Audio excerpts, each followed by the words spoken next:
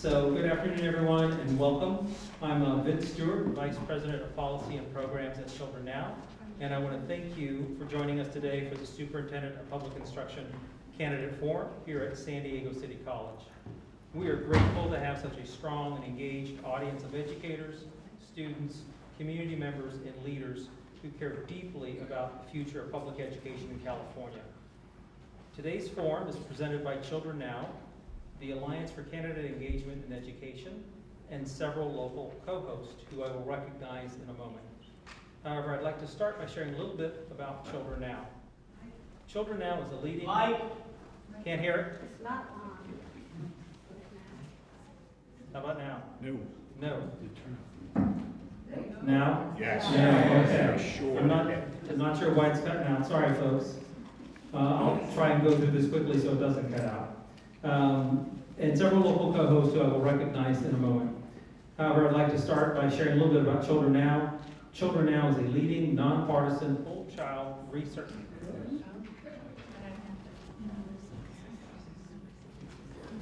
How about now? All right, maybe I can. Yeah, let me try that one, see if it works better.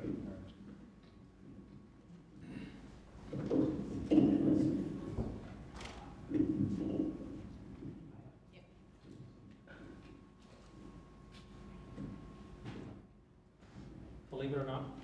No. No? How about now? Believe it or not, we checked these out and they were working. No. I think it might be the proximity Have to get little milk cribs to stand on those. Yeah. Be fully 1800s in here. All right. All right, let's see if that, no, it's cutting off. Can the videographer, can you catch my voice without a mic? Just use your teacher voice. All right, I'll use my teacher voice. Yeah.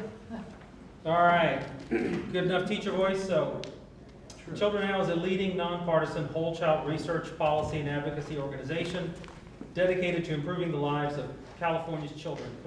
For decades, the organization has worked across systems, including education, health, early childhood, and child welfare, to advance policies that put kids first. Through our leadership of the Children's Movement of California, Children Now brings together a powerful network of more than 6,200 organizations to push for meaningful, equity-driven change. Our work is grounded in listening to communities, elevating their needs, and translating those insights into actionable policy solutions that improve outcomes statewide. The Alliance for Candidate Engagement in Education is a coalition of prominent, nonpartisan education, civil rights, and legal advocacy organizations across California. Together, Alliance members are united by a shared commitment of educational equity and to ensuring that every student has access to high-quality learning opportunities, from early childhood through higher education. The Alliance is working to elevate education as the central issue in the 2026 election and to encourage candidates to put forward bold, actionable solutions for students and families. Now, I'd like to recognize and extend our sincere thanks to the local co-hosts. These include San Diego City College, San Diego Foundation, San Diego Unified Council of PTAs, Fleet Science Center, GENup, HOPE, League of Women Voters of San Diego, Parent Institute for Quality Education, and the Urban League of San Diego. Their collective partnership reflects a broad and diverse coalition of organizations committed to supporting students and strengthening public education here in San Diego and across the state. We are equally grateful to our philanthropic funders whose generous support makes forums like this possible and ensures that voters have access to meaningful, issue-focused candidate engagement. So before we begin, just a few housekeeping notes. Many of you submitted questions for the candidates when you registered, and we'll use those for the audience Q&A. If you did not submit a question when you registered and you would like to now, please raise your hand and we will give you an index card. Please write one question per card and hand your completed card to the event staff. We will try to ask as many of these questions as possible, Those we do not have time for, we will share with the candidates after the forum. Candidates will have 90 seconds for opening statement, 60 seconds for their responses to questions, and 90 seconds for closing statements. Also, at this time, I would like to inform you that unfortunately, Alma Arsucci is unable to join us today. Now, it is my pleasure to introduce our campus host, Marciano Perez Jr., Vice President of Student Services here at San Diego City College, who will offer a campus welcome.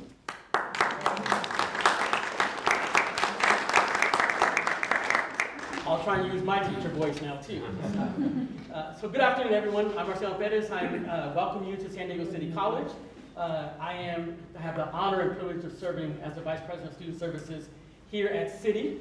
And it's truly an honor to welcome all of you on behalf of our Chancellor, Greg Smith, and our College President, Dr. Ricky Shabazz, who send their sincere apologies that they were unable to join us because they have other prior commitments. Our board meeting for our district is actually happening at the same time.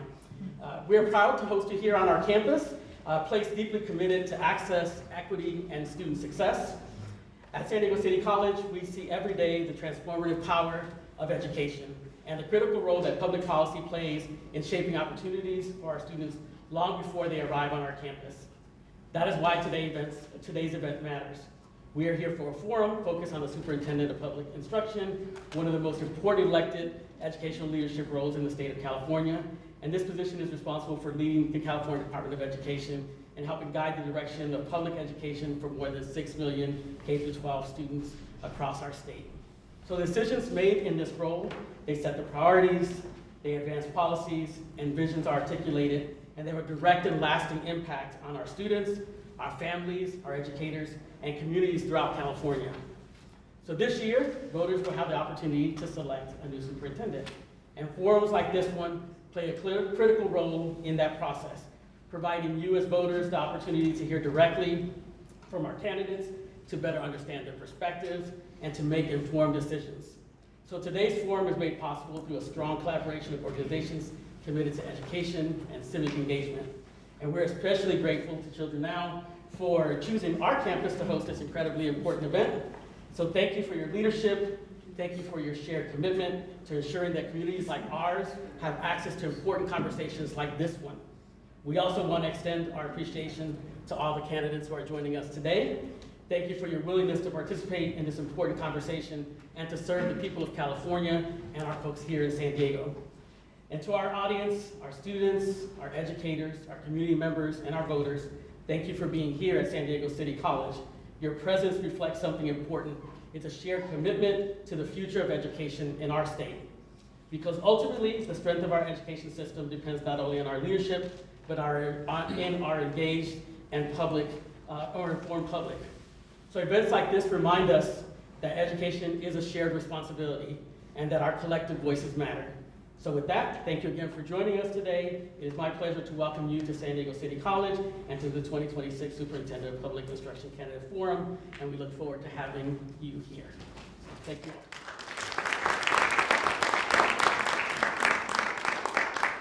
Great, and thank you again to Marciano and to San Diego City College. And now I would like to introduce our moderator, Ted Lempert. Ted Lempert brings decades of experience in public service, education policy, and civic leadership. As president of Children Now, he leads one of California's most influential children's advocacy organizations, helping to drive policy change and coordinate statewide efforts to improve outcomes for kids. Prior to this role, Ted served as California State Assembly member representing Silicon Valley, where he was recognized for his leadership in education policy. He has also served as the founding CEO of EdVoice, a member of the San Mateo County Board of Supervisors, and on the San Mateo County Board of Education. In addition to his policy work, Ted is a lecturer in political science at UC Berkeley, where he helps prepare the next generation of civic leaders. Please join me in welcoming Ted Lempert.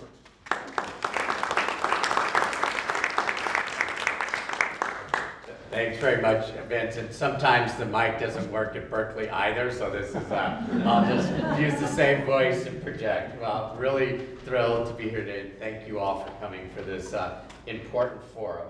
I'd first like to introduce the candidates, and you have their bios in your form, so just for fairness, I'm not going to read a bio, I'm just going to say their names, so you have all that information. So Richard Barrera, welcome.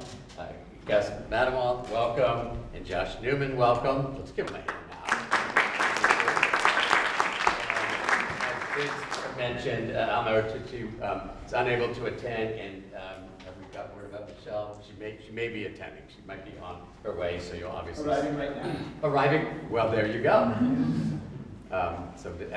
Michelle will be sitting down in just a moment. So really appreciate you taking time out of what I know is your extremely busy schedules to be here. I'm talking to a couple of you beforehand about how big a state this is, so thank you for being here today. Just getting started, didn't mention that. All right. So as Vince mentioned,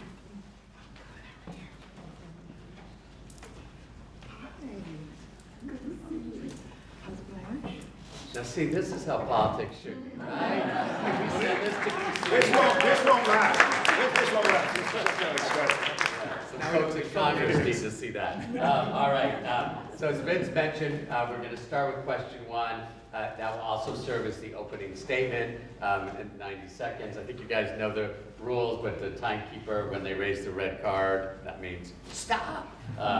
Make my job easier, else I'm going to lose my teacher voice here if I have to shut you off. And then we'll go through the prepared questions, which will have 60 seconds to answer, and then we'll do closing statements. And then, as Vince mentioned, I've already received a number of questions, which might take us all the way through because a number of you submitted questions in advance, but we'll also maybe have time for a couple other questions if you want to provide those. So with no further ado, and just to make this easy, we'll start with Richard on the first one, and then we'll just rotate through. So the opening statement, question number one is, what does education equity mean to you, and how would this value guide your leadership as superintendent of public instruction? Yeah, thank you, Ted. Thanks, everybody, for being here. For those of you not from San Diego, welcome to not only San Diego, but to District D on the San Diego Unified School District, which I've represented for 18 years. I think, the answers, sort of the theoretical answers to what equity means, you'll probably hear from all of us, making sure all students have what they need when they need it, prioritizing students who have the greatest needs. But those are just words. What equity means to me is results. So when I started here on this school board, and many of you led this campaign, we would have students in this district that would, in their senior year, go and sit down with their counselor and want to apply to the Cal State system or the UC system. And their counselor would tell them, well, you can't. You're not eligible because you didn't take the A to G courses necessary to be eligible to apply. And in some of our schools, we didn't even offer the full complement of A to G courses. And so I was elected in 2008 and 2009. 25% of our Latino and Black students were graduating having met the A to G requirements to just be able to apply to the CSU and UC system. Today, that number is close to 70%, and that is because of a conscious, focused strategy over many years, which is not just said we believe in equity, but we've delivered for our students. Thank you. Michelle? What do you guys want to do? Should we do no clapping just to move things along? Yeah. How about no clapping? We're going to cheer at the end. Okay. Just makes it easier. Good. Well, good late afternoon to everyone. Equity in education, what it means to me as a teacher, is that not just all students get what they need, how they need, when they need, but with the outcome in mind. If our focus is student success, it's giving students the tools, giving teachers the tools that create a level playing field, so that regardless of the school district, regardless of the child's background, academically or culturally, that the tools are in place to ensure that that student gets what they need to move forward successfully. Great, thank you. Gus? Thanks so much for the opportunity today. I can tell you what education equity isn't. What it isn't is a system in which less than half the students meet standards for reading, and only about a third of the students meet standards for math. And those numbers are even worse if you're Black or Latino. That's what education equity isn't. What it should be is a hand up, an opportunity to get what you need to go on to a better life. That's what it was for me. I grew up in inner city St. Louis. I was the only kid on my block to graduate high school at all, let alone go to college. My neighborhood public high school had a 25% graduation rate for 25 years in a row. And that's a student population that's 70% Black, 10% Latino, and 5% Asian. My parents rented out half our house to another family, and they scrimped and saved that money for years. So although I graduated from public middle school when it was time for high school, they used the money they'd scrimped and saved and sent me to the all-boys Jesuit school so I could get the hand up that I needed. So what we have in California is a system that isn't giving kids the hand up, and I think we owe it to those students to ask some hard and sometimes uncomfortable questions about why that is. And I look forward to exploring those questions because as superintendent, what I will be focused on is making sure that every student that goes through this system is able to read a book, do math, and get a job. Those are the things they need to get the hand up, to have the opportunity to have a better life. And until we're delivering on that, any other goals we might be thinking about are moot. Thank you. Hello, everybody. Let me hit the timer. So that's right. Jane will stop me if necessary. So wonderful to be here. Thank you for the invitation. So my name is Josh Newman. I had the privilege of serving in the California State Senate from 2016 through 2024, and for my last 2 years, I served as the chair of the Senate Committee on Education. Let me build on something Gus mentioned. You know, equity is important. I think we all believe that every California student deserves the exact same quality education, irrespective of their zip code, their income level, their background, their immigration status. But that is no small task in a state as vast and as diverse as California. We have this massive decentralized educational system that includes 5.8 million students across 58 very different counties, 977 public school districts, 1,300 charter schools, and 10,000 schools across the state. The imperative for the superintendent, and in fact for all of California state government, is to make sure that each student, each district has the same resources, the same emphasis, the same guidance, and the same level of accountability. And we have wonderful examples in many places, including San Diego, where they're making great progress. We need to make sure at the state level that that is equal across the entire state. That's the role, that's the imperative of the next superintendent of public instruction. Thank you. So, Nichelle, you'll start us off with question number 2. California ranks 34th in pure pupil K-12 spending when adjusted for labor costs, despite being the world's 4th largest economy. What specific steps would you take to ensure California becomes a top 10 state in public education funding, and how would you prioritize equity in those investments? So what California needs to do is be intentional about how we educate our children, how we assess their learning, and how we prepare them for the future, for their academic career, if they're preparing to move on to a four-year university or workforce. And we start doing that early. We start doing that as early as we can. The State Chancellor's Office is asking, recommending that as early as middle school, young people are being prepared for college and the workforce at 13 at grade 9. We have moved away since 2001 with the No Child Left Behind Act. We have moved away from teaching English. We've moved away from the basics of making sure that students understand the 4 basic operations of math: addition, subtraction, multiplication, and division. We've moved away from students learning how to write. I often joke that cursive will be an adult's secret code because children aren't learning how to use it. Thank you.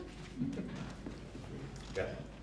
So I proposed when I laid out my platform, I proposed a really significant revision of how we do the funding formula for our school system, in particular how we do concentration and supplemental grants. And the core of the idea is we got to get the class sizes down.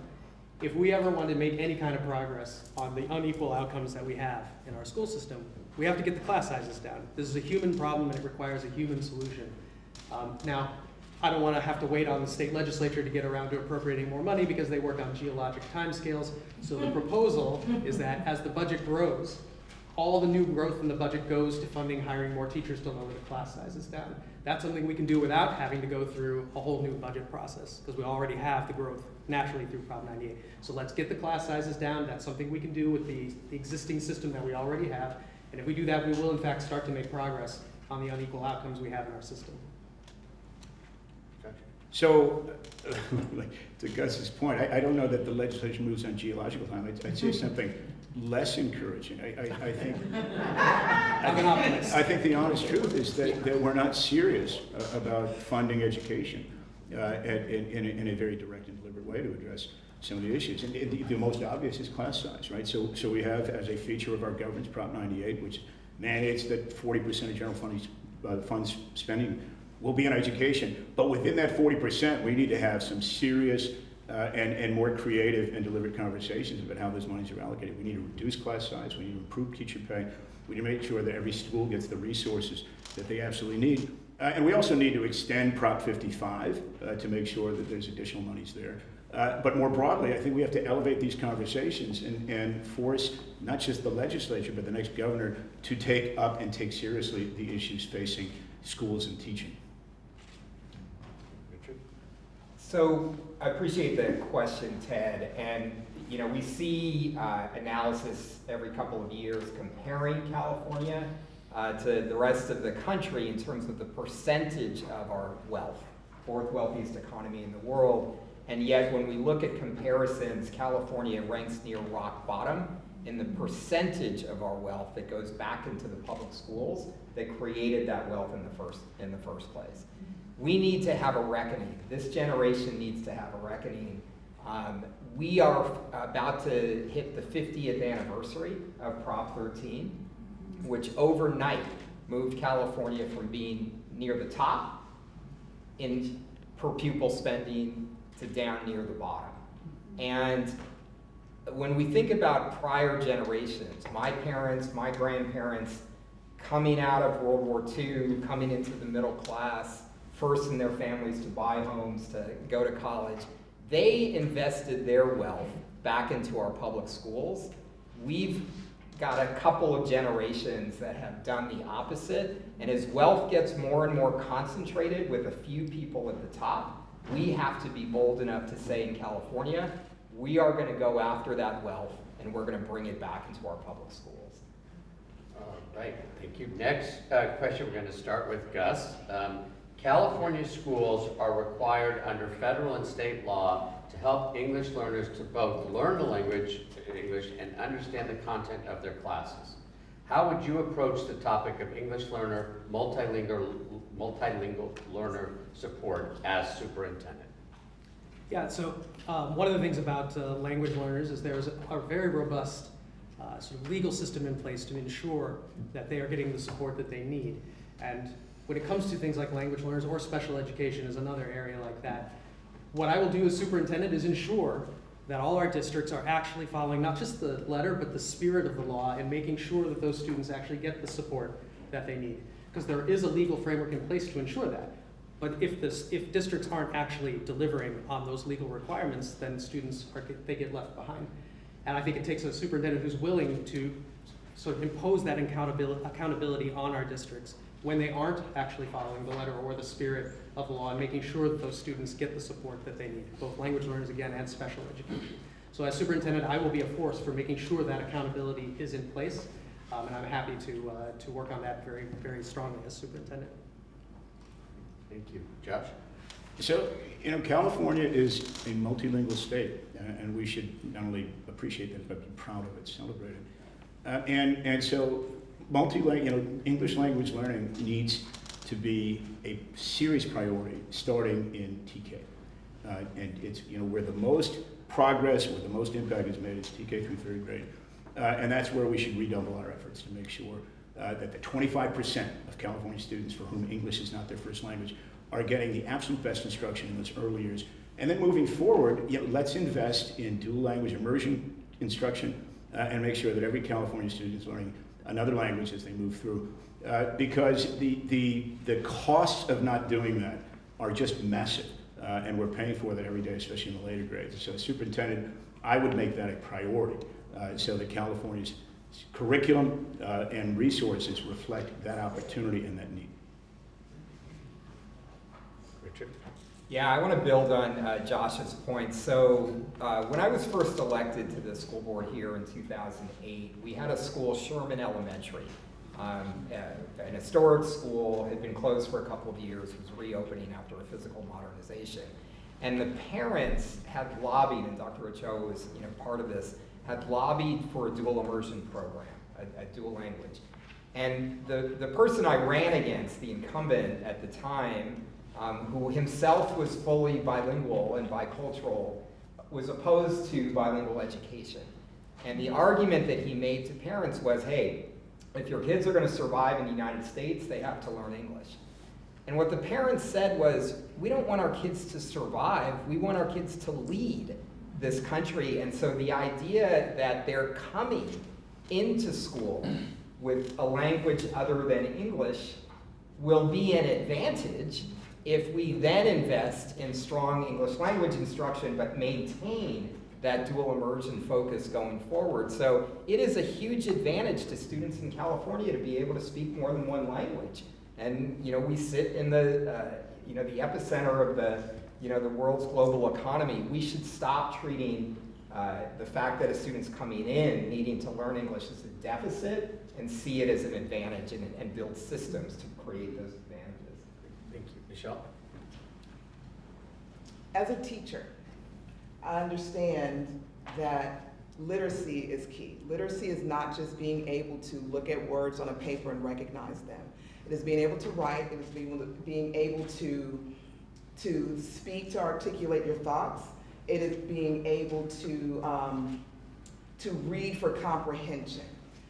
Our current system, because we've taken so much of that out of the schools, impacts our second language learners.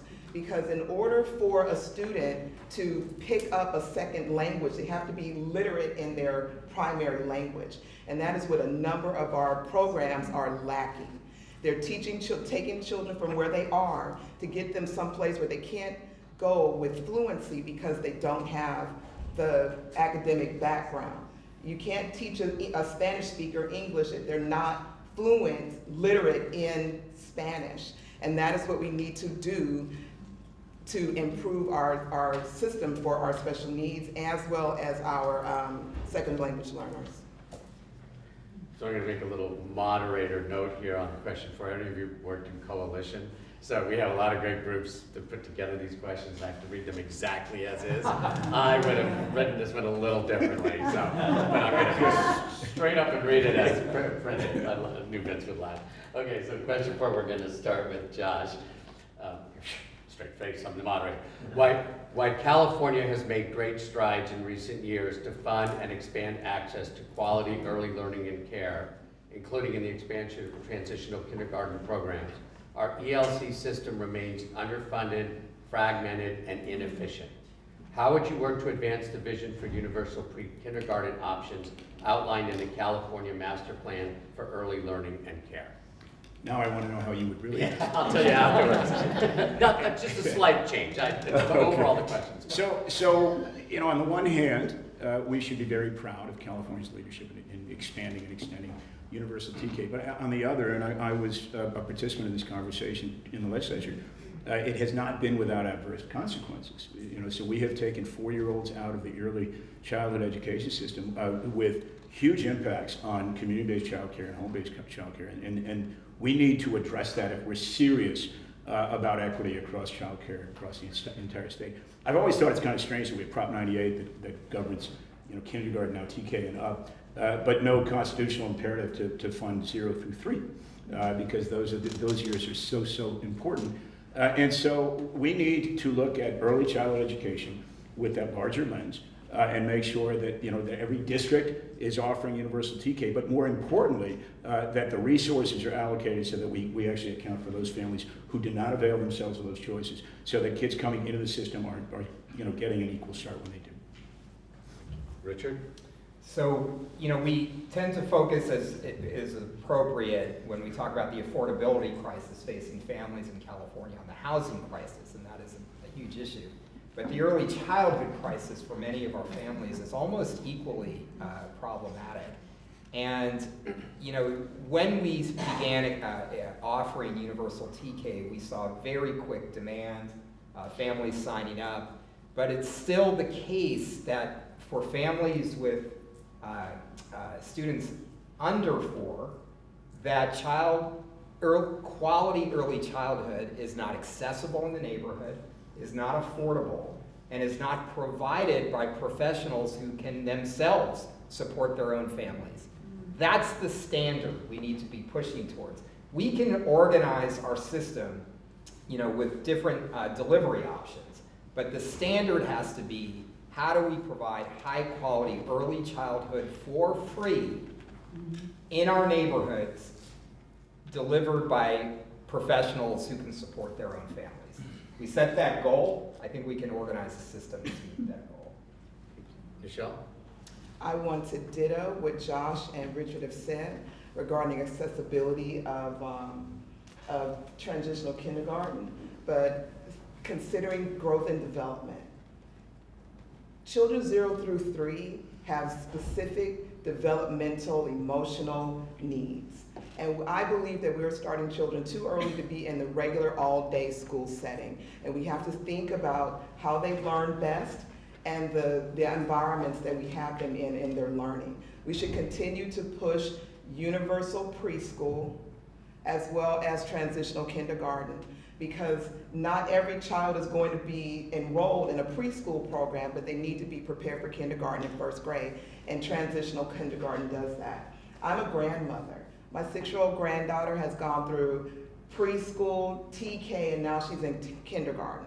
And the growth that I've seen has been tremendous. But because she went to preschool, she doesn't necessarily need it. She didn't necessarily need the TK option. So we want to keep our options open, but we also want to be very intentional about students' developmental needs. Thank you. Gus? So as superintendent, I don't get to solve childcare as a social issue, but when I think about equity in early childhood education, because early childhood education is I think the most powerful lever that you have to affect long-term educational outcomes. One of the issues in early childhood education is that lower income kids come to school having heard fewer words than the higher income kids. It's called the word gap. So as superintendent, one thing that I could do is run a pilot program where in some of our more struggling districts, we pay the older kids to stay after school and read to the younger kids. Because what the higher income kids are getting is their parents spending time reading to them. My parents weren't able to do that. My dad worked 2 full-time jobs, mom worked a full-time job while raising 4 kids on her own. His dad was always at work. They did not have time to read to me, and I got lucky in that I took to it fairly easily by myself. That's not going to be true for most kids. So what we can do is we can compensate for that by paying the older kids to read to the younger kids. That gives the older kids an employment opportunity, drives income into their families, and it gives the younger kids more access, more exposure to the words that they will need to be more successful as they grow older and go through the system. Thank you. So for question 5, we're going to start with Richard. Question 5 is, California's teacher workforce does not yet reflect the diversity of its students. In your role as superintendent, how would you work to strengthen recruitment, preparation, and retention of educators of color and multilingual educators, and ensure accountability for progress across state agencies? Yeah, so when I sit down with high school students and ask, are you interested in going into education as a profession? Many of them say yes. We'd be very interested in doing that. And we'd be very interested in coming back and teaching in the schools that we went to, in the communities that, that we were raised in. And we know from the research the impact that makes when students have educators who, have had their life experiences. The problem is students will then very knowledgeably start ticking off the reasons why they can't do that. I can't afford to live in a place like San Diego, in a place like California as a teacher. The profession is not respected. Teachers are the first ones to be blamed when we talk about problems in the education system. And so if we want to be serious about creating the kind of pipeline that we know is important, we should be investing in young people in the same type of apprenticeship work that we see, for instance, in the building trades. We should pay for the college education of young people who want to go into teaching. We should pay for their certificate program. We should get them in classrooms while they're going to college. And we should provide affordable housing for them when they come out. We have the ability to do all of that. Other industries do it. We can do it in the education profession. Thank you. Michelle? Can you repeat the first part of the question? Yeah, sure. I'll just read it again. California's teacher workforce does not yet reflect the diversity of its students? In your role as superintendent, how would you work to strengthen recruitment, preparation, and retention of educators of color and multilingual educators and ensure accountability for progress across state agencies? So in my day job, I am a teacher educator. I work out of Fresno State University with a teacher credentialing program called Cal State Teach. So I work with new pre-service teachers that are working towards their multiple subjects teaching credentials. And what I'm seeing is that new teachers are leaving the profession earlier and earlier. You know, there was a time that they were leaving about 10 years, now there's 3. So they're basically getting their credentials, working a few years, and they're leaving out of frustration due to a lack of support. We don't have a shortage of teachers, a shortage of good people that want to become teachers. We have a system that prevents them from being hired. And as Richard said, we're not paying our teachers appropriately across the state due to chronic underfunding. And we're not providing the supports that new teachers need, as well as veteran teachers need, to continue in the classroom and give their best to their students. When we overcrowd our classrooms, we stress our teachers. And our teachers cannot function in the classroom when they're one minor emergency away from financial ruin. And so to say that we can do better, that we should do better, we have to be intentional about who we're recruiting, how we're recruiting, and the support that we provide them when they become teachers. Thank you. Gus? So as I mentioned before, one of my key parts of my platform is the idea that we need to dramatically expand the number of teachers that we have so we can get the class sizes down. When the class sizes are smaller, it will be an easier job, and it won't be an easy job, but it will be easier than it is today, which will make it a fundamentally more attractive role. It's also the case that if you're a talented 22-year-old just graduating college and you're looking at the types of jobs that are available to you, if you look at something like consulting or finance or tech, we have a lot of that here in California. Those are all professions where if you're a great top performer in your first year in the job, your compensation will reflect that. That is not the case if you're a teacher. Your compensation is just tied to however many years you've been in the profession, regardless of performance. That's a tough sell for a very talented person, and we need more talented people going into the program. So I've proposed a statewide bonus system that is tied to performance, but also keyed to the type of district that you're in. It makes no sense to evaluate teachers in very high income districts to teachers in very low income districts. If you're a top teacher in one of the lowest income districts, the bonus I would give you is $30,000. It's a very, very significant bonus, and that will help drive talent into the places where we need it the most. Thank you. Josh?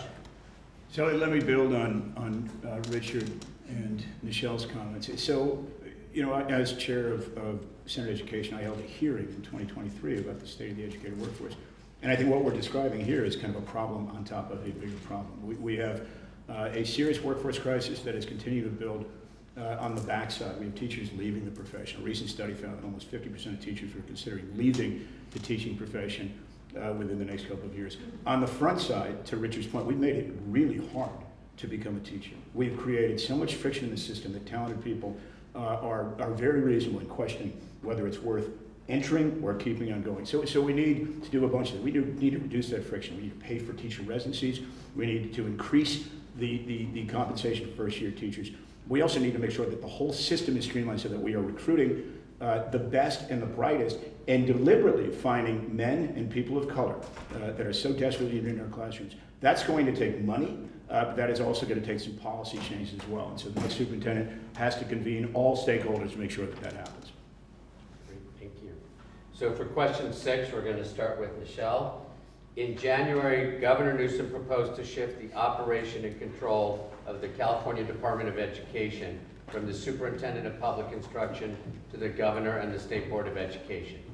If these proposals were to be implemented by the legislature, how might you navigate the changing role of the SPI and continue to advocate a vision of education improvement? Well, I'd like to just go on record and say I think that that's absolutely ridiculous. It's the equivalent of throwing your baby out with the dirty bathwater. If you want to align the systems where the superintendent and the Department of Education and the Board of Education are aligned, align them. Don't take authority away from the superintendent. For all intents and purposes, the governor runs the department, well, the Board of Education, because the governor appoints all of the members of the Board of Education. So to take the Department of Education away from the purview of the superintendent, where that is the work that is done in education, what you're doing is you are reducing the effectiveness of not just the superintendent, but the Department of Education. The superintendent is a statewide constitutional officer that oversees curriculum, instruction, assessment, and finance reporting for the state of California for all TK through 12 schools.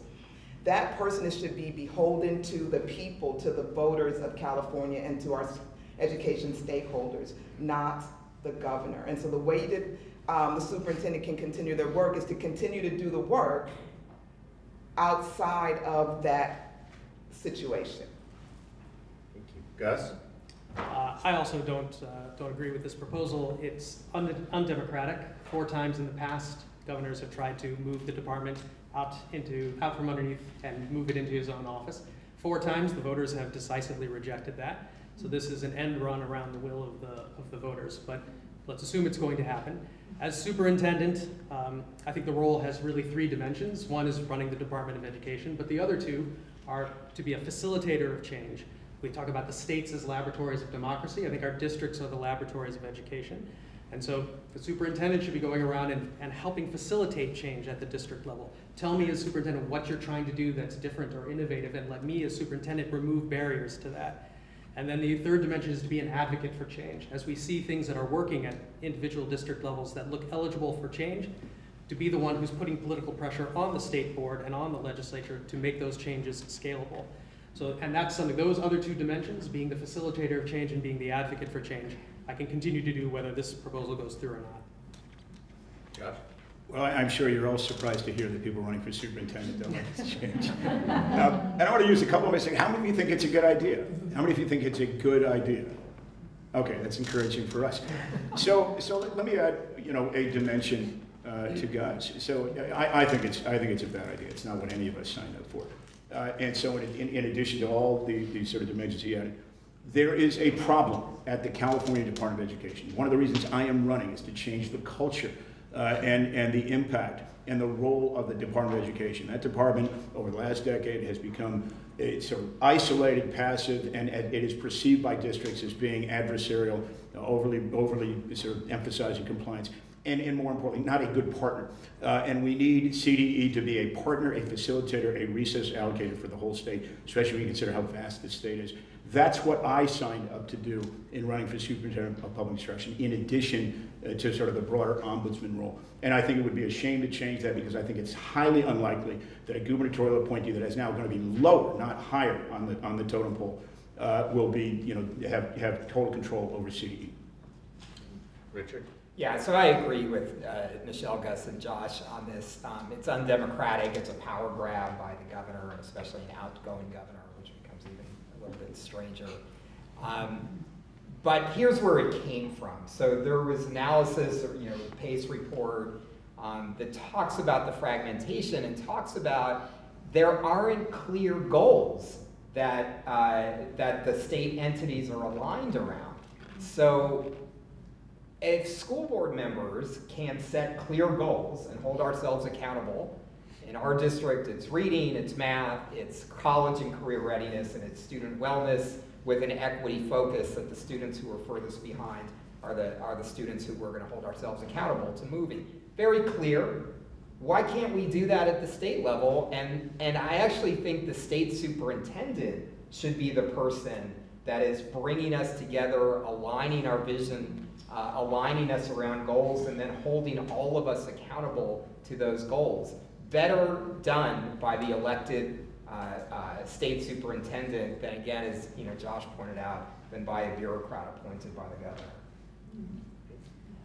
All right, so we're going to do something a little different now. We're going to move to closing statements, but don't get any ideas, because this is an opportunity actually, rather than ask the candidates a specific question, for them to each have 90 seconds to say what's on their mind based on what we've talked about before, things that we haven't brought up. And then when we're done with those quote closing statements, the best is yet to come. We have questions from you that we're going to ask. We're just breaking it up a little differently rather than doing the closing statements at the very end. So 90 seconds. By the way, can we thank our timekeepers for the legal review? I think what got me into politics originally was my mom was president of our county League of Women Voters, and where'd you go on? What, I'm having a sandwich for dinner? Oh, you're going to the meeting, but League of Women Voters is great, thank you. Okay, so 90 seconds each. We're gonna start with Gus. Topic of your choice, just share with us 90 seconds about something we haven't talked about yet, or whatever you'd like to talk about. So the next superintendent is going to step into a different role. I like that we're doing this right after that last question. The next superintendent will be a champion for education, but that is not defined in the governor's proposal, what it means to be a champion for education. So I want everyone in this room to know that what that means to me is first and foremost being a champion for the kids. This is a system that we have that is run by adults for adults. And it doesn't matter how many times you say the word student-centered, it is a system that is run by adults for adults. I, as superintendent, will be first and foremost a champion for the kids to make sure that they are getting those key skills we talked about, that they can read a book, do math, get a job. Until they're doing all of that, everything else we do is moot. So that's going to be my focus as superintendent. I'm really looking forward to having that role. If you like what you heard, just look me up, votegus.org, and let's fix this system for our kids. Gus stole my topic. It's okay though.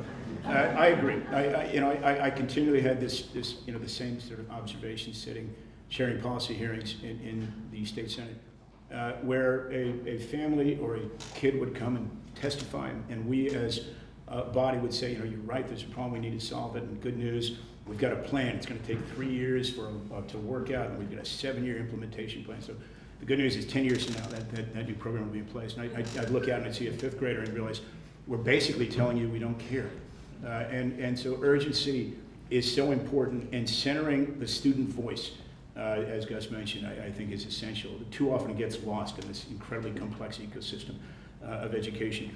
But that is our obligation. Our obligation is to graduate students who are competent, who are ready for the workforce of the future, and who are ready to take their place as participants in their civic communities.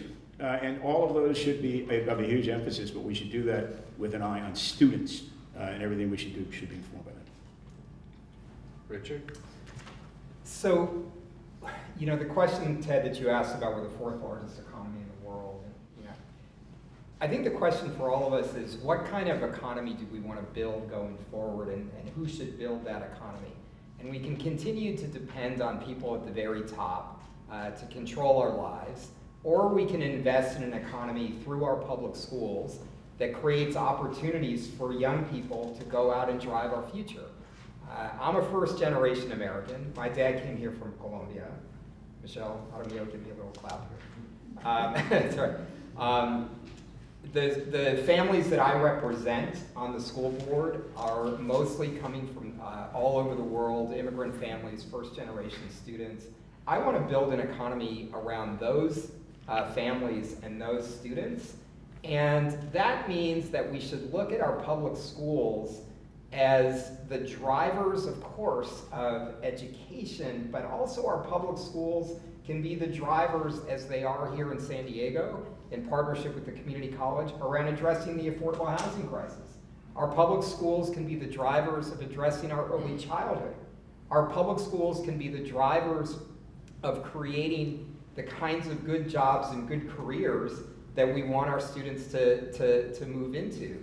So we've got an opportunity here to build a public education system in California that can actually drive the future and drive an economy that comes from the collective power and creativity of millions of Californians, rather than be dependent on the whims of a few people at the top.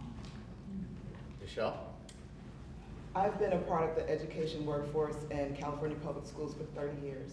I started my career as a parent volunteer, and my now 35-year-old child was in preschool. What I know is that chronic underfunding has been, and will continue to be a problem until we correct it and fully fund our schools. What I know is that it is very easy to talk about the problems when we're not coming with a specific solution.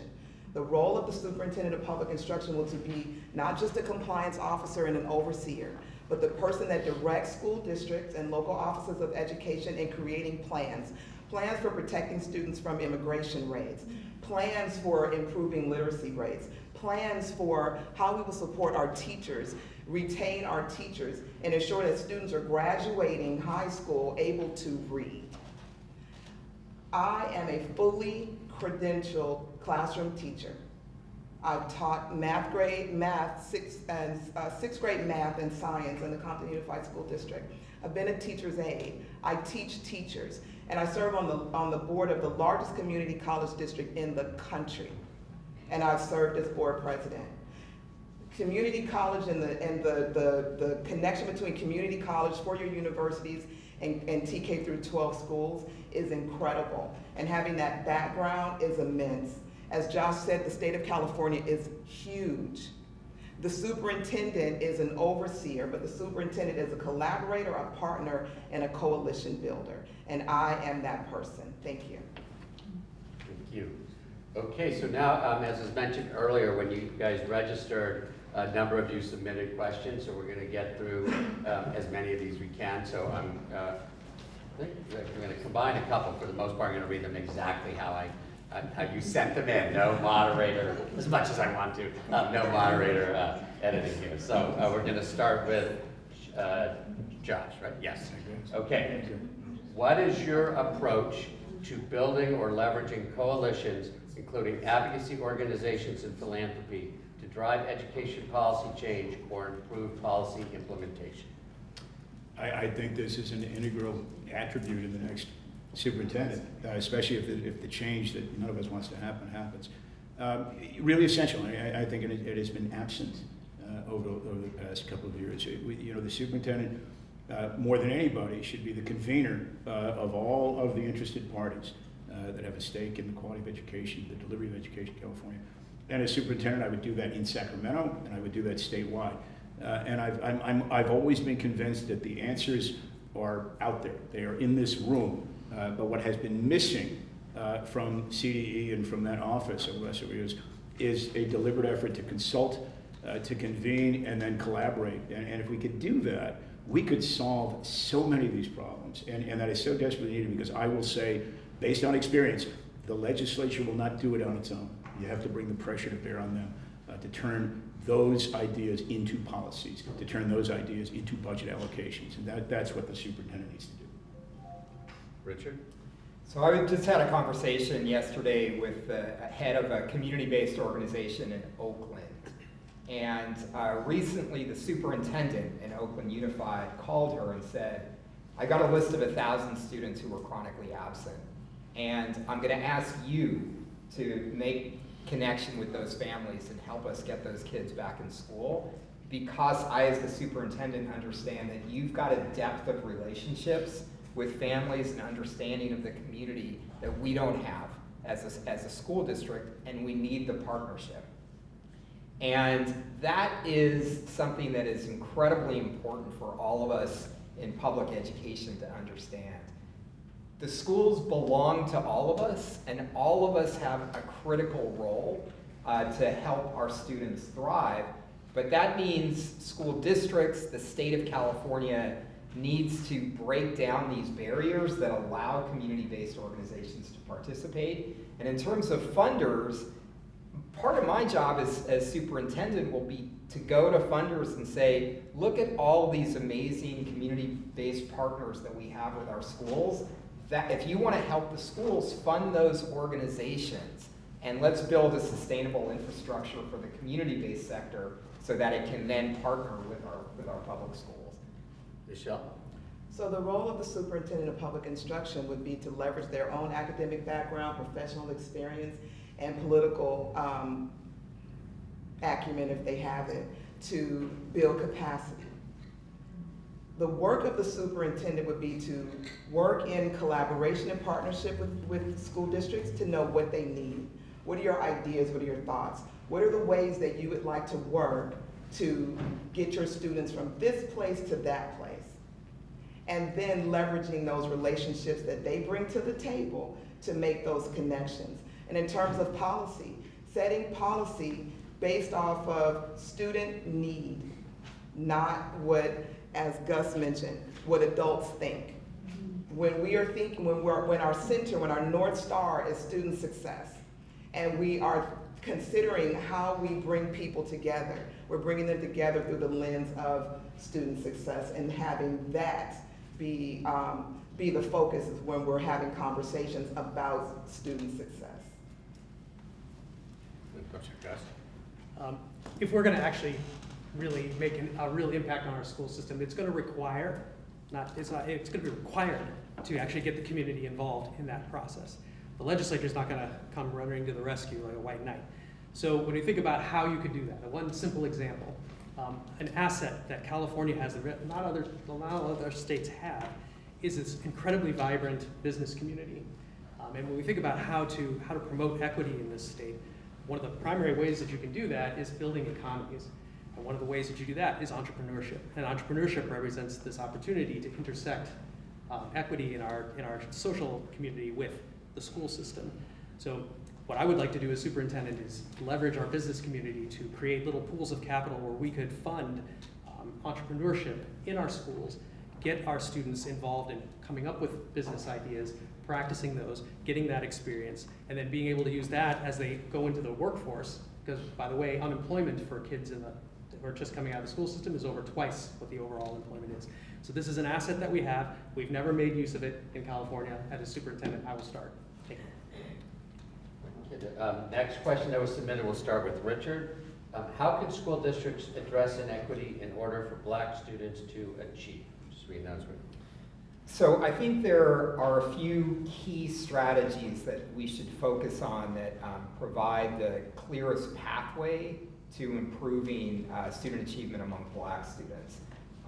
The first is what we talked about at the beginning, which is A to G for all. Making sure that all of our students are on track to graduate and be eligible to apply for the Cal State UC systems. We can move the needle, and we've seen where districts provide that focus, significant growth in Black students who can meet those, pass those courses and be eligible to apply to college. The second is college and career pathways. Where we have strong college and career pathways, we eliminate the achievement gap. Our students, our Black students, our Latino students, our low-income students do just as well as every other student in those courses because they're relevant and they're clear and they're engaging to students. And then the third is what we talked about, building a teacher pipeline, and that's investing in young people who want to get into the teaching profession. So I think if we focus on those three strategies, I think that gives us the most leverage to improve Black student achievement across the state. Michelle? Culturally relevant curriculum, teachers, classroom supports, administrators that look like students. That means being intentional about who you hire, how you hire, and why you hire. And understanding that you cannot teach someone that doesn't trust you. You cannot teach someone that doesn't believe that you are looking out for their best interest. And it isn't to say that someone that is non-Black cannot teach a Black child, because we see it happen every day in our schools. But when you really truly care and you're being intentional, you make sure that students feel represented in the curriculum.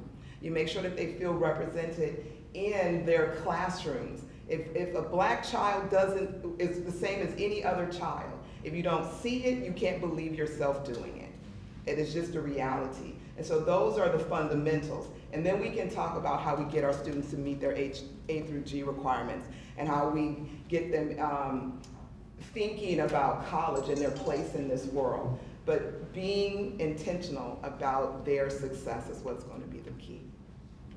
Gus?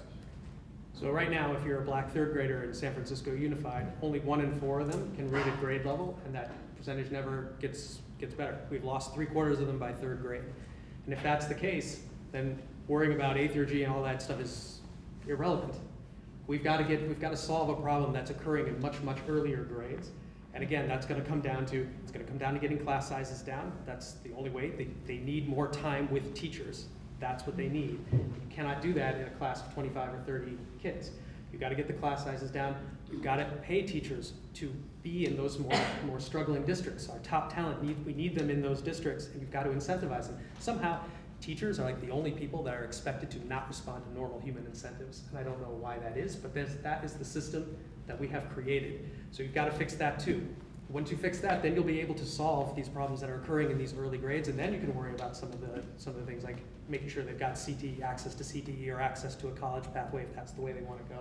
But you got to solve the basic skills that are occurring in early years first. Josh? I would agree with all of this. Let me add something that hasn't really come up yet. Expanded learning opportunity programs. We have made investments over the last several years that are actually really encouraging, where you provide academics plus enrichment across the whole day. Not only do you get better achievement, you get a higher level of connectedness with students, and we see vast improvements not only in achievement but decreases in absenteeism. That should be the standard in California, especially on an equity basis. We should identify schools with the highest rates of absenteeism, lowest achievement. We should really be investing in ELOP programs in those districts because the data shows it works. Moreover, this is part of solving a larger problem, which is the misalignment of the school day and the work day in California. And where you're talking about black families, you're talking about working class families, the stresses that come to families in trying to make the day work when your kids are supposed to be in school from 8 to 2:30 and your work day, is variable, but it goes all day. Really hard. And that's where if we make those investments, I think we can see real improvements. Thank you. The next question, we'll start with Michelle. What changes might you pursue when it comes to accountability for districts and traditional schools and charter schools? Accountability and then different schools. When we are looking at accountability, equity through the lens of student success, we're thinking very critically about what our goals are for students. We're thinking very critically about what success looks like for our students, but also what success looks like for our teachers and our education workforce. We are thinking through the lens of not today's third graders, but those third graders are now in college. How do we prepare them? How do we make certain that what we're giving them, the way that we're giving it to them is not only what they need in this moment, but what they will need 5, 10, 15 years from now. The superintendent's role is to have an understanding of what is happening in today's classrooms in order to help school district create plans for how we make corrections. And that is the essence of how we do that. Thank you.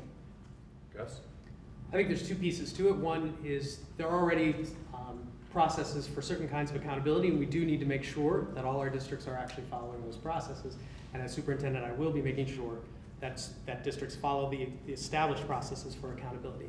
There's a second kind of accountability. When you think about, for instance, something like science of reading, by now, having looked at the experience of Mississippi, by having looked at what cognitive science says about science of reading, there's really no excuse for any district at this point not to be doing it. So, as superintendent, on day one, I will say, every district that has not fully committed to science of reading, give you a year to get on board with it, get it on your agenda, go through the public process, all of that, have a clear implementation plan in place. At the end of a year, if you're still not willing to do it, then we're gonna try a different kind of accountability, which is I'm gonna get my spanking spoon, I'm gonna get on my Gus bus, I'm gonna come down to your district, and I'm gonna engage in a very, very public display of making sure everyone in this community understands exactly who it is, and I will name the names, that is refusing to ensure that our kids actually learn to read in the way that we all know works best. No excuse not to be doing it at this point. That's a blunt accountability tool, but I will use it, and I have the political independence to be able to do that. Thank you. Ted, would you mind repeating the question? Sure, absolutely. What changes might you pursue when it comes to accountability for districts and then traditional schools and charter schools? All right, let me start with charter schools. We haven't talked about that. So, there is a clear need for improved transparency and accountability across the charter system. It is not true that all charter schools are bad, but there certainly have been examples over the last several years of just massive failures of governance and accountability. And so that should be a priority to ensure that where public monies are being allocated for what is supposed to be an experiment that's going to teach us new approaches to learning and to pedagogy, that's fully accountable, fully accounted for. More generally, the roadmap's pretty straightforward. California's NAEP scores ranked somewhere between 30th and 38th. That's a starting point. We should progressively ensure that everything that we do by way of changes in education policy, curriculum policy, is geared toward looking seriously. Does it improve achievement across the board? And if we can do that, we will quickly and methodically improve achievement across the state. And Richard?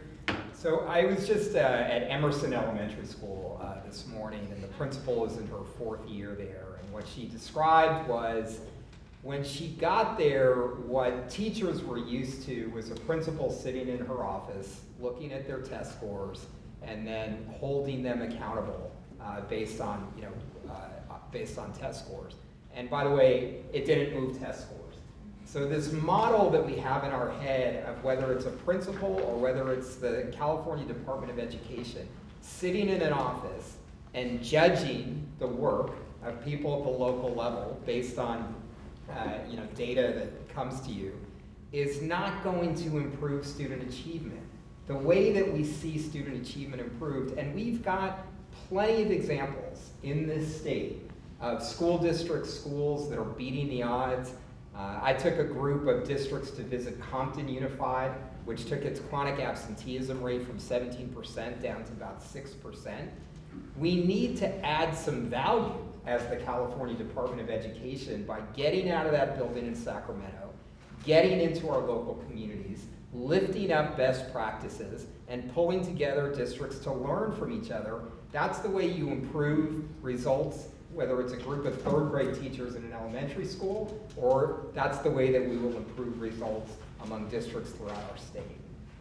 Thank you. So the next question will start with Gus, and these are 2 very similar questions, so I'll just read them together. In what ways can LCFF, Local Control Funding Formula, and LCAP, Local Control Accountability Plans, be improved to engage the parents of the school community to be active participants in the design of the school plan that improves instruction and student achievement? Then very similar question, what should be the requirements under the LCFF and LCAP for schools to engage at least 10% of its school parents in developing their school site plan that is connected to its LCFF? So parent engagement, but then specifically as it relates to LCFF and LCAPs. Yeah. So first of all, I absolutely support the idea that parents should be more involved in their children's education in the school system. A lot of parents may not have the bandwidth, though. Again, my parents really didn't have a lot of bandwidth for that. I think we should be investing some money in parental education, like educating them for the things that they can do to be more involved within whatever the parameters of bandwidth are that they have. We can't assume that all parents have the same level of bandwidth. They don't. But they need that training. A lot of parents, I think, would be more involved in the school system if they knew how, but they don't necessarily know how. So I think it should be part of the LCAP to be working with parents to educate them on how they can be more involved in the process. And I think it is the responsibility of the school system to do that proactively, to not just sit around and hope that parents get involved, but instead to do the outreach to make sure that they do. And if parents are more involved, I think we will see elevated school performance. That I think is why when you look at certain districts, like for instance Palo Alto Unified, very, very high functioning district, but part of that is because there is so much parental involvement. So that should be the model. We need to all get there, but we have to educate parents for how to do it, and I think that should be part of the LCAP. Thank you. Josh? So the local control funding formula was passed and implemented about 2013. And so the world has changed vastly in that time. So I think it's important to continue looking at the LCFF and all of its different features and formulas, making sure that that we're allocating and emphasizing the right things. And so that should be a priority. With respect to LCAP, I worry a little bit. If you talk to superintendents, especially if you talk to parents who've been involved, LCAP initially came with lots of life, lots of zest. Parents were excited to get involved. Too often it becomes a check the box feature, and it's purely performative. And if there's any really great use of AI, it's to generate a good LCAP document. And so this is something that we need to continue to look at, because as Gus mentions, the emphasis should be on community involvement. The emphasis should be on input from parents, especially as it relates to their kids and the quality of that education, the quality of that environment. And so part of it is something that we haven't really invested in, which is professional development for principals and superintendents to emphasize those leadership qualities so that they can convene those communities in ways that are really truly impactful. Richard? So, we've seen recent research from the Learning Policy Institute on community schools. And we've seen tremendous impact in community schools when compared to other similar schools with similar demographics. and particularly in improving attendance and therefore improving academic achievement. And there are two things that a community school does that I think really need to be the model for all schools. One, they've got a community organizer. So there is a person whose job it is full-time to get out, engage parents, engage the community. And it's not just an additional burden put on overworked staff at the school. And it's somebody who's an expert at building relationships and getting parents involved. And then the second pillar of community schools that I think is important is shared governance. So it's all about bringing in educators, parents, students in the upper grades to help design the process and the program. And the LCAP itself can be a very, as Josh said, a very dry tool, but engaging in developing the programs and strategies at your school is something that I think parents will engage in if we have people who are reaching out to them, and if we're creating a system that means that we'll design our schools around that input. Thank you. Michelle? There's an idea that parents that are not involved in their children's education directly are not engaged, that have the desire to. Not having the capacity and not having the desire are not the same thing. I was a classroom teacher and I couldn't go to visit my kid's classroom because I had to be the teacher in the class while my kid's teacher needed me to be there. So, when we center student success and make parents feel welcome to be part of the school community, have opportunities for them to engage. Many parents aren't aware of their rights, are not aware that the school site council meetings can be held at any time during the day or night, based off of parent need, not the principal's desire. Encourage parents and families and business owners in the communities to get engaged with the PTA and the school site council and help them understand why it is so invaluable to their children's academic and social outcomes. The school site councils at the school is where the parents are most play the largest role in terms of the budget, because the budget goes through that. So when we start to encourage parents to be engaged in those ways, we will see a much better outcome for our students as well as for our schools in terms of budget allocations. Thank you. So the next question, we'll start with Josh. What is your position on career technical education, given the need for students to be prepared for jobs that require post-secondary education, but not a bachelor's degree? Let me really, before I start, let me say amen to Richard's point about community schools. Every school should be a community school. That's a model that's proven that should work. As far as CTE and workforce preparation, it's one of my priorities. I'm sure it's one of my colleagues. And I'm proud to have the support of the California Building Trades Council as part of my campaign because of the work I've done in past years around workforce development. Really important when you look at changing the economy. We need to make sure that young people have streamlined pathways, and just as importantly, have opportunities to discover and develop their gifts and their interests. And so that should extend all the way down, probably to 6th, 7th grade. We're not doing that, so we should be assessing aptitude in ways that points people to their talents, and then creating pathways in partnerships with local industry and with the trades that lead directly into work. A really sort of scary statistic is that the average age of a union apprentice in California is actually 31. And what that says by inference is that we're losing young people for 13 years after graduation. It should be straight out of high school if that's your gift, if that's your plan. Richard? So completely agree with Josh, but we're sitting here in a community college facility, and this relationship between our K-12 system and the community college system actually I think is the most important relationship in improving our career pathways. So about 15 years ago, I got with the president of the community college district here, and we decided that we were going to have a joint board meeting every year. The two boards were going to come together, and we were going to set mutual goals around dual enrollment, but especially around career pathways. And now we've seen by tenfold the number of students in our district that are taking dual enrollment courses, that are doing career pathways. We've got a career pathway in partnership with Mesa College, health information management bachelor's degree that the community college is offering, where kids start taking courses in high school, and when they're 20 years old, they're graduating with their bachelor's degree around a career where there are jobs. So one of the things that we also need to do together collectively is advocate for more bachelor's programs being offered at the community colleges. And I think that sets some clarity around the pathway that young people can take. Michelle? I'm a proponent of CTE. As an infant, my father graduated from LA Trade Tech College, which is one of the 9 colleges within LA Community College District.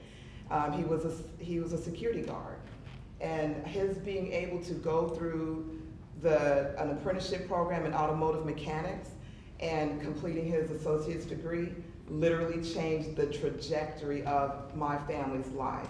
My mother was a licensed vocational nurse. My parents were able to purchase their forever home, which they both passed away in, and my family still owns. I want that for students. I want every student that has a desire to go to college and be prepared, but I also want every student that is not thinking about a college education right out of high school being prepared, and not just waiting until they're graduating from high school, but making sure when they're in middle school that they're being exposed to these career pathways. The other situation is, as the superintendent, we talked earlier about leveraging relationships. Is leverage relationships, both professional and political and labor, to bring partnerships to our elementary, middle, and high schools, as well as bridge gaps between community college and TK through 12. Gus? My youngest brother took 5 years in 5 different high schools to get through that stage of his life because he was a square peg trying to be shoved into the round hole of going on to college, which was not who he was. He ended up joining the Air Force, and in the Air Force, he discovered a talent for mechanics. He now fixes our most advanced fighter jets for the Air Force, and until about a month ago, I would have said he's living the life on his air base in Kuwait, earning $200,000 tax-free. Now, as a family, we're kind of sweating living on an air base in Kuwait, part of that.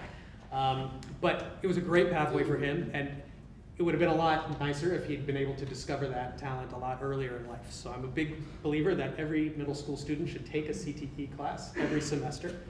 What that class is going to vary based on where they are. So different industries and different opportunities in rural districts versus suburban districts versus urban districts. But they should have that exposure in middle school. There should be a very clear ladder moving up to apprenticeships and certificates in high school so they can go straight into the job market if they would like to do that. So that's what I think a superintendent can help do, is help facilitate that process, because there will be different industries in different areas. We're going through a rapid change in the job market, and those industries are the ones that are going to be knowing what they need, and we need to be in active communication with them. Thank you. Okay, no closing statement, but you guys have been pretty good on the time. But if you're really good, we're going to get to 2 more questions, and then we'll move on. Okay, so there were 2 almost identical questions about math.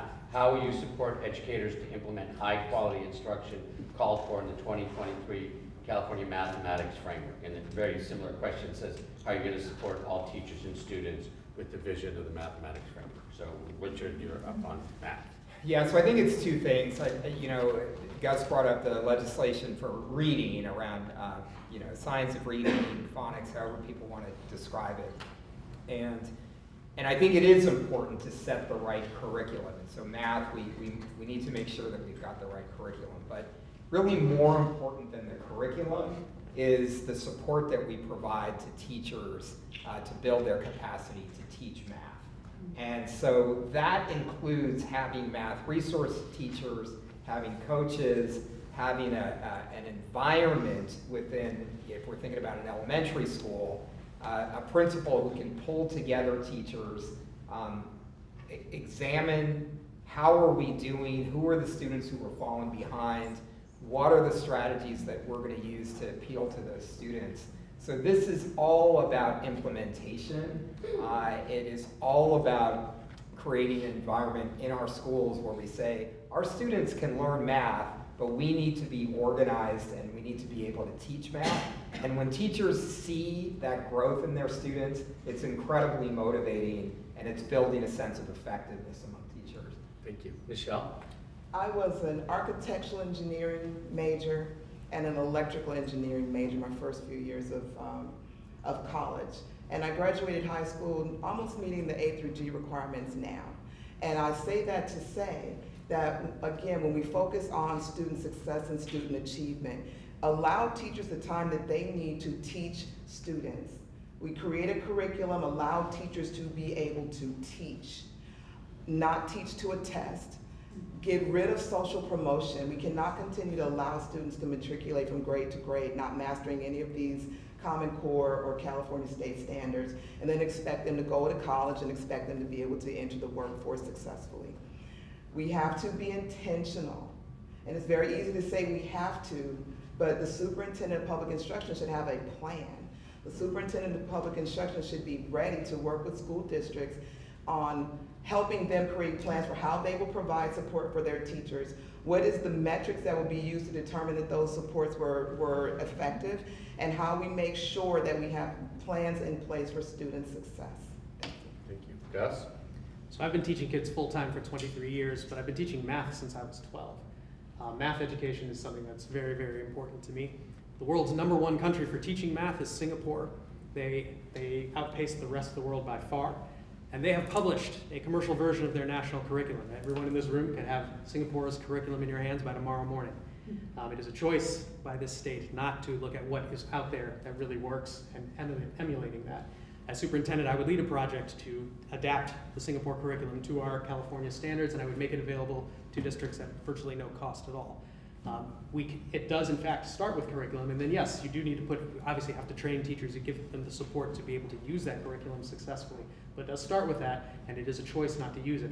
As superintendent, I will be addressing that. Thank you. Josh? So Gus makes an important point, and Richard touched on it earlier. It's about best practices. We as a state are truly negligent in availing ourselves of the best practices, both within the state but also outside the state. There are a number of states, Mississippi, Louisiana, Tennessee, Georgia, that have done some really good work over the last several years improving math instruction, math achievement. We should learn from that. This comes back to this broader idea of recalibrating and revitalizing CDE, the Department of Education. There should be a dedicated team within CDE that would be going out across the state and providing the train the trainer resource. And then within districts, there should be resources to both aggregate talented teachers to teach other teachers how to teach math better against better practices, but also provide the monies and the time for the professional development to do that. And that is not a hard thing to do, but somebody has to force this issue and then secure the support to do that.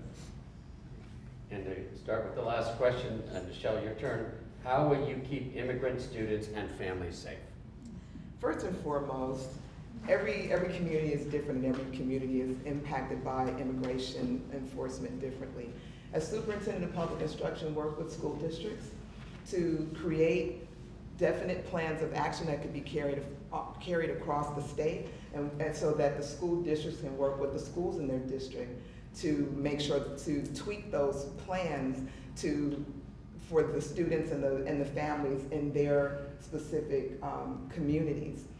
The superintendent's role is to provide oversight and to ensure that there are metrics in place. So you work with folks to make sure that there is a plan, and then you have metrics in place to make sure that the plan is effective. However, in dealing with our current system, this current rapid change in policy making from the federal government, we have to constantly keep our head on a swivel. So it's very difficult to think 5 steps ahead. That's what the plan has to look like. Thinking 5 steps ahead. If this, then that, and how do we protect our kids? What does it look like? Who's responsible and who's accountable? Thank you. Gus? My dad was an immigrant to this country. Immigration is a key part of our society. I think protecting our immigrant kids is, first and foremost, it's following the law. If someone shows up at the school door and doesn't have a warrant, there's no reason why the school needs to do anything other than be polite to that person. We will always, under my administration, follow the law to the letter in terms of that. We won't go beyond what the law says. Aside from that, it's just making sure that all our immigrant students are getting all those basic skills, same as all the other students. That's what they're going to need to be able to integrate into our society and become successful, which is why people come to this country in the first place, to deliver that success for their kids. It's why parents make the sacrifices that they do to come to this country. So we owe it to those families to make sure that they're actually getting the education that the parents sacrificed everything to get here for. If we're not delivering that, then we are not delivering on the dream that all those people came here for. I'll be making sure that our school system does deliver that for all our immigrant students. Thank you. I will vociferously second that notion. No kid deserves anything other than the assurance of safety and protection while they're in school. And so, it's sort of a sad moment that we're in that we see that.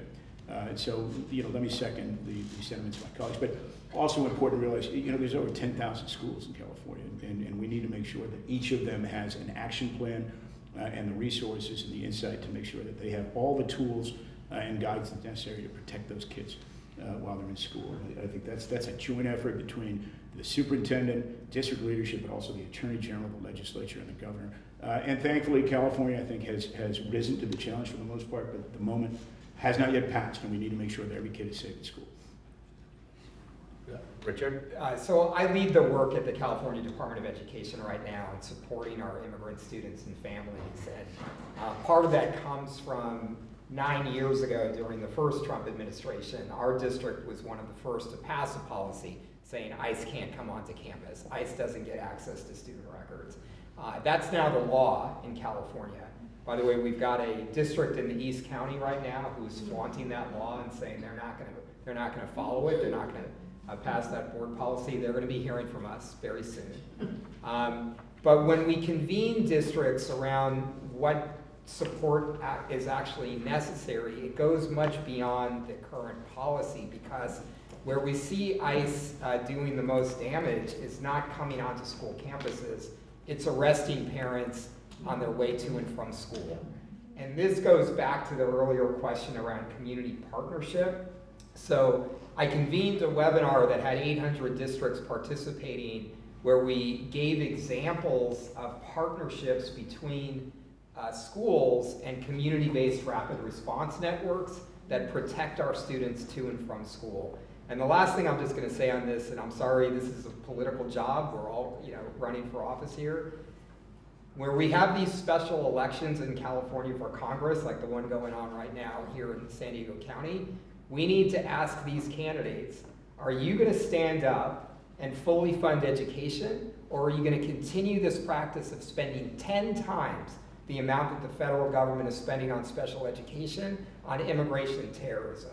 Are you willing to defund ICE and fully fund special education? That has to be a question that everybody who's running for Congress right now should be forced to answer. So speaking of the federal government, I think what we just witnessed was a great contrast. First, thanks to all of you for being so engaged in this democratic process in a very civil, educational event. I want to just thank all of you and all the candidates. I think we all learned a lot, appreciate it, and let's continue the conversation. There's food, and we can mingle for another half hour if folks can stay for a little bit. I want to thank all of you, thank the candidates.